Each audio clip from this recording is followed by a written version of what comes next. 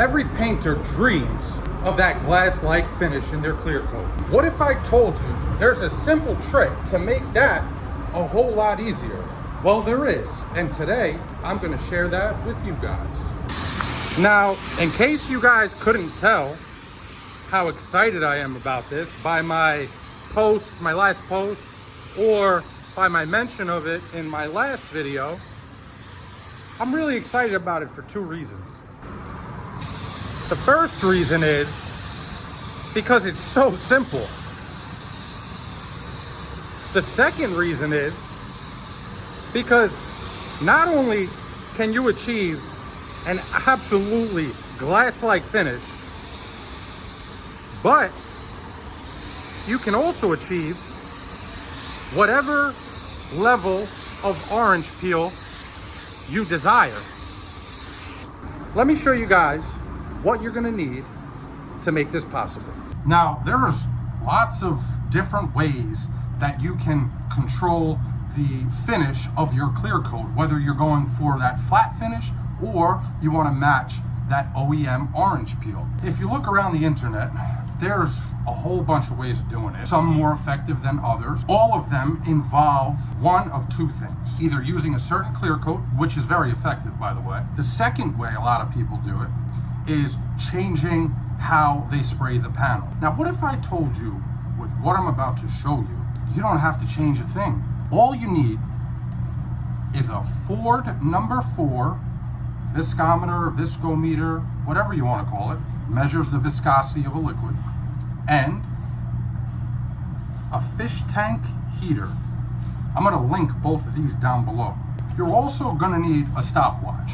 Now, unfortunately, I use the stopwatch on my phone, so I'm not going to be able to actually show you guys the difference between my clear coat at room temperature and my clear coat when I heat it up. But what I am going to be able to show you guys is, for this car that's in there, just so happens, I know exactly what viscosity I need to match that OEM orange peel. So I'm going to show you guys how I set this up, how I heat my clear up, what I heat it up to for this particular car, because different temperatures give you different viscosities. Different viscosities give you a different finish. So let me mix up some clear, and then I'm going to show you guys for this car what I do. Okay, so for this car in particular, we're not going to be able to match the orange peel on the driver's side door because this was repainted. I'll show you guys that right now. Now, it might be kind of hard to see in the booth, but there's a bunch of dirt and the finish is just, it's not good. That's not the factory orange peel here. So I'm going to show you guys the other side. Okay, so we have on this side, we are doing the fender. That is the factory orange peel that we're going to match. That is the OEM Volkswagen orange peel. It's a medium texture orange peel. It's got the same look as a BMW orange peel, but it's a touch lighter. That's the finish we're going to be replicating today, and we'll be able to compare our fender to our door.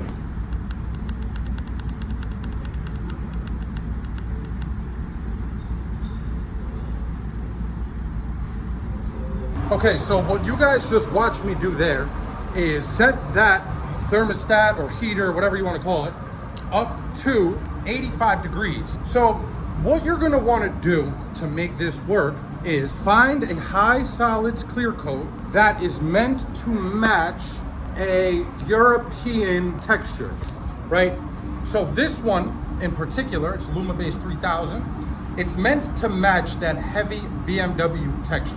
If I want to make this match Japanese orange peel like Honda or Nissan, which tends to be much lighter, I would heat this up to 90 degrees. As soon as it hits 90 degrees, throw it in my gun and spray that Honda, Nissan, whatever it is, and it's gonna match perfectly.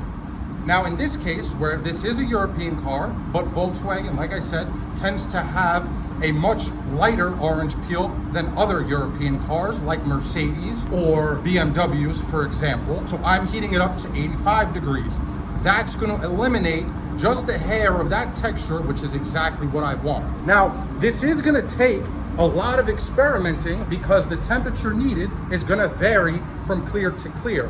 But what I'm doing in this video is demonstrating to you how, when you spend the time working on this, like I have, you can literally manipulate that clear just by changing the viscosity of it. Once that's done heating up, I'm gonna start laying this clear on here. I'm gonna let you guys watch both coats so you can see, you can compare it to my other videos. I'm doing nothing different. I'm spraying how I normally do, and that texture is going to be absolutely perfect. And in the future, I'll make another video where I heat this up to 90 degrees and I match whatever Japanese car I'm spraying that day. Just to mention, fair warning, do not heat it up past 90 degrees because it's not good. It's not good. Let's just leave it at that. It's not good.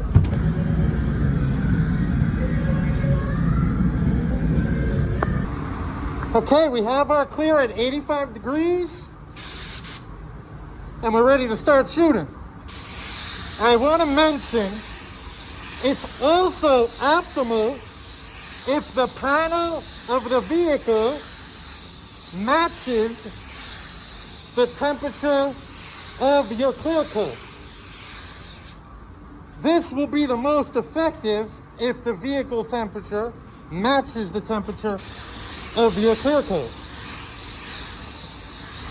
It's not necessary, but it does optimize how well this works. For those of you who might not be following along, essentially what I'm getting at here is the lower the temperature, the more orange peel.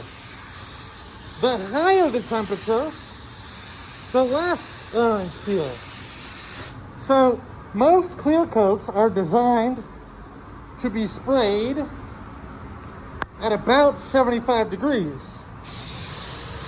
When I put this clear coat in the cup, it was at 76 degrees. That temperature would give me the finish that I would want to match a heavy orange peel like a BMW, because that is what this clear was designed to match. But all you have to do is change the viscosity and you change the finish. That's our first coat. I'm gonna let this flash off. You can see it's a little dry. I don't like to go heavy on my first coat. You guys know that, especially on metallics, because if you go too heavy, it pulls the metallics and causes mottling. We're gonna let this flash off about 15 minutes. I'm gonna lay the second coat the same way, and then I'm gonna show you guys how well our texture matches the OEM texture on that front passenger door and our fender. Also, I just want to mention, if you're spraying in a booth or any professional setting where the climate is controlled, once you have your clear in the booth, as long as you mix everything you're going to need for both coats, you don't have to go back out there and heat it up again. So right now, my booth, I usually have it set at about 78, but it's, I don't know, a billion degrees outside. So my booth's stuck at 85 degrees or 86 degrees, whatever. As long as you're plus or minus 2 to 3 degrees at the most, that clear is going to stay the same temperature. Just want to let you guys know that. Now, if you're in a DIY setting, you're not going to want to mix all your clear together. You're going to want to mix whatever you need for one coat, heat it up, then mix whatever you need for the second coat, heat it up, and then spray. All right, here we go, second coat.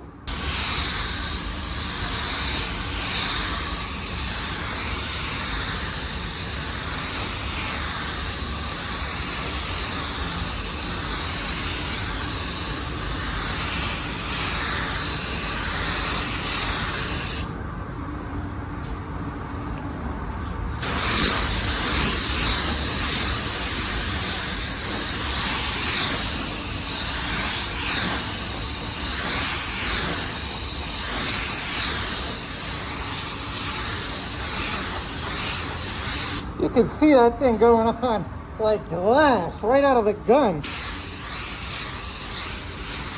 And I'm not doing anything different.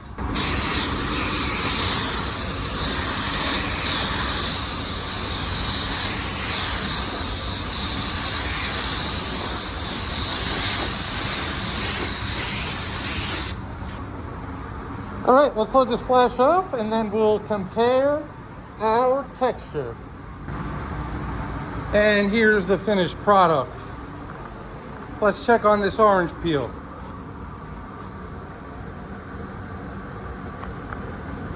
Check that out, guys. That looks like a perfect texture match to me. Let me know what you guys think in the comments. If you got any questions, drop them down. I'd be happy to answer. Look at that.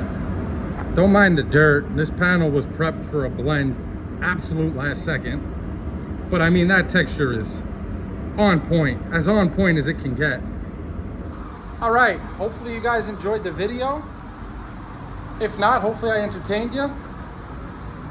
If I did any of those things, if you could, drop a like, comment, and maybe subscribe. I'd really appreciate it. With that being said, guys, until the next time. Peace.